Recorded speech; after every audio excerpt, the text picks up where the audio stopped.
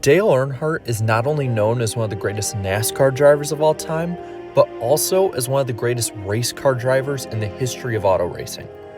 He was known as an all-American hero, a working man who earned everything he gained. He won 7 championships, a feat thought to be impossible to reach after Richard Petty had done it. But after years and years of being on top, Earnhardt seemed to be having a late career fall-off. After suffering injuries in a 1996 Talladega crash that included breaking his sternum and his collarbone as well as bruising his pelvis, he only won once in 1997 and 1998 combined.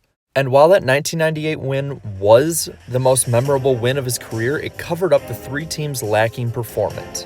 1999 marked a fair amount of improvement, but it was the 2000 season that seemed to be the beginning of a late career resurgence for the Intimidator, starting with one of the closest wins in NASCAR history. For the final time, Labonte right on the rear spoiler.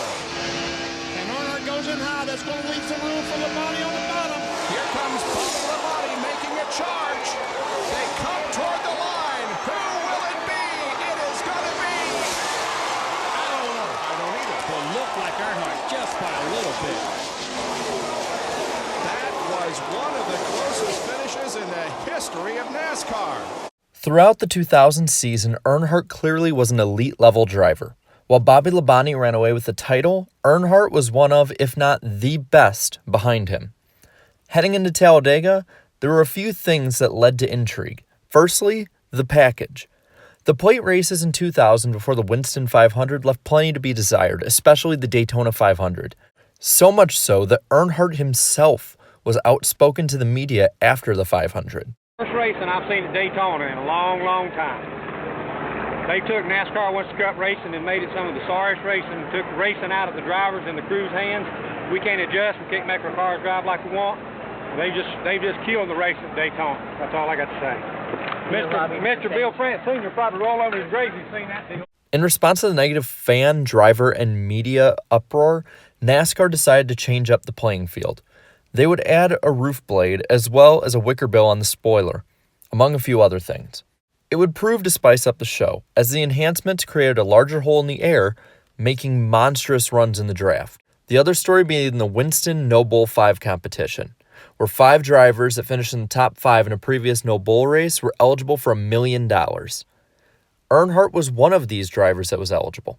So, on a Sunday, October afternoon, 43 cars rolled off the starting grid and took the green flag for 188 laps of insane racing in front of a crowd of 170,000 strong.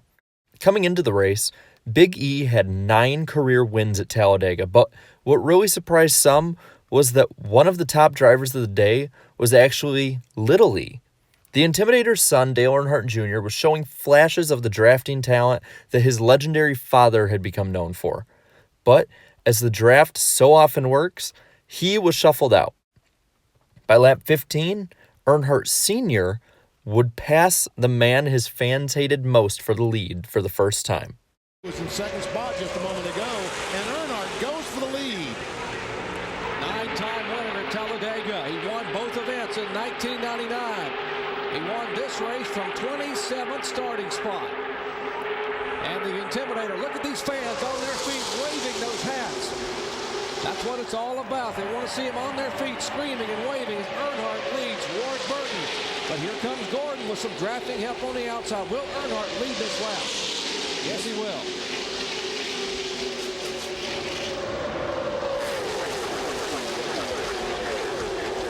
But even the man in black wasn't immune to being shuffled through the draft. But Earnhardt, as great of a drafter as he was always in the picture. Even with the wild racing, the event opened up with a 104-lap green flag run. The key to this run was just to stay in the draft, stay alive in the pack. The first caution would come not from a crash, but from 59-year-old Dave Marcus's car being stopped on the track. On the following restart, Earnhardt made the Talladega crowd go nuts again.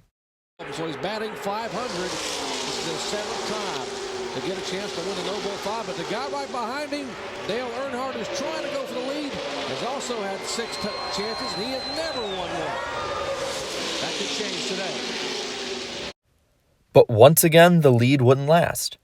As the laps wound down, Dale Earnhardt Jr. and Jeff Gordon would swap the lead back and forth. But after a crash and the final restart, it was Jr. who was in the lead. His father, on the other hand, was mired back in the pack. While many took no tires, Earnhardt stopped for 2. So while Dale Jr. was leading within the final 10 laps, Dale Sr. was mired back in 20th. With less than 6 laps to go, though, the broadcast still was showing Earnhardt on screen, back now in 18th. Back there, running back for about 15th spot. He was 4 wide, going through 1 and 2 just a moment ago. And guess what, folks? He's still 4 wide. Nadu on the outside. Rich Bickle on the inside. Up front, Earnhardt's teammate Mike Skinner brought the field double wide, and once again, Earnhardt stole the cameras again. For leaders, we saw a first-time winner. Whoa! He is on the grass. He really was on the grass, folks. And he don't have mud tires. He was. The Intimidator was on the charge and into the top 10, and then the top 5, taking people 3, 4, and even 5 wide. With 2 laps to go, he was up to 3rd. The Intimidator is scraped and beaten on the right side, but he will not be denied. Mr. Restrictor Plate knows there are 2 laps to go. And Earnhardt is going for the lead. And listen to this crowd of 170,000 strong.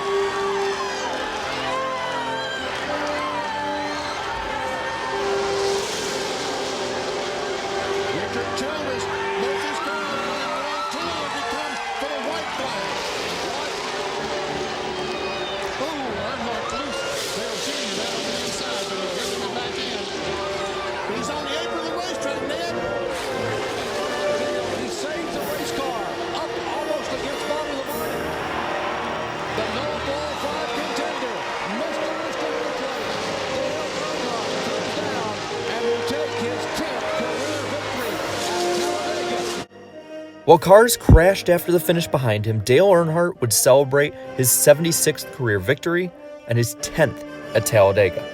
The victory, in hindsight, was one of the most elite victories of his career, cementing his legacy. As just over 4 months later, Earnhardt would pass away in a last-lap crash in the 2001 Daytona 500. Later on that year, on the 1-year anniversary of this win, his son, Dale Earnhardt Jr., would also win at Talladega in the No Bull 5. Look at this move by Jr. at the white flag. And Tony Stewart got with Jr. Coming with you. 20's with you.